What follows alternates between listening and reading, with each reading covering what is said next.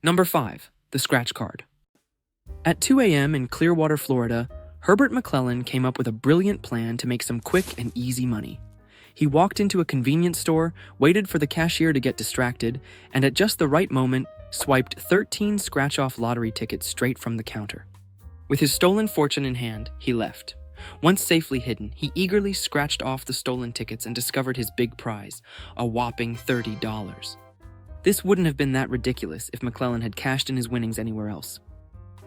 But he drove right back to the same store he had just robbed. The cashier, who hadn't magically forgotten about the theft just hours earlier, immediately called the cops. When they arrested him, police discovered he was also driving with a suspended license, his second offense. To top it all off, McClellan's poor decision-making cost a $12,000 bail.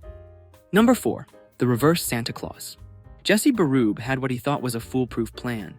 Sneak into Lori's little shack in Citrus Heights, California, by sliding down the chimney, grab some cash, and disappear into the night.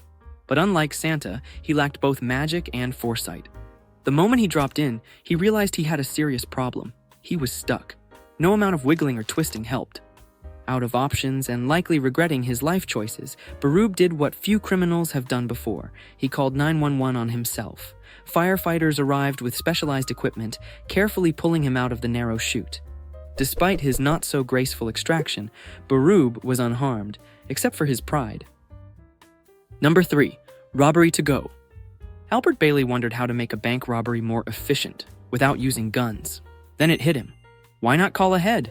So he picked up the phone and dialed People's United Bank in Fairfield, Connecticut. His request? He wanted the bank to have the money ready for him to pick up. Specifically, he asked for the cash to be placed on the floor in $100 bills, neatly packed in bags for easy grab and go. Oh, and he'd be there in 10 minutes, as if he were ordering a pizza. The bank, however, had a different plan. Instead of stacking money, they obviously called the police. When Bailey and his teenage friend walked in expecting a smooth pickup, officers were already there, waiting to serve up some handcuffs. No weapons, no masks, just two guys walking straight into their own arrest. Number 2. The Invisible Robbers.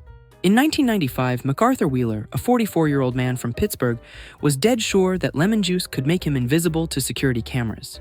Why? Because lemon juice is used as invisible ink, so in his mind, it would work the same way on his face. So, Wheeler and his partner covered their entire faces in lemon juice and robbed 2 banks in broad daylight, without masks. They even smiled directly at the cameras, thinking they couldn't be seen. Of course, the police immediately recognized him from the footage and arrested him the same day. When Wheeler saw the security footage, he was shocked and shouted, "But I wore the juice!" This case was so ridiculous that it caught the attention of 2 psychologists, David Dunning and Justin Kruger. This led them to study how people with very little knowledge often overestimate their intelligence, and they named this idea the Dunning-Kruger effect. Number 1. The Facebook. Meet Nicholas Wigg, a man who thought he had pulled off the perfect crime. One rainy night in 2014, he broke into James Wood's house in South St. Paul, Minnesota, stealing credit cards, cash, a watch, and other valuables. He even took a moment to settle in before slipping away unnoticed. When Wood came home, he immediately knew something was wrong. His door was unlocked, his house was a mess, and his belongings were missing. But then he noticed something unusual: wet clothes on the floor, and on his computer screen, a still open Facebook account belonging to a certain Nick. Instead of calling the police right away, Wood posted a status on Nick's own profile, announcing to the world that this man had just robbed him. He even left his own phone number, hoping for a response.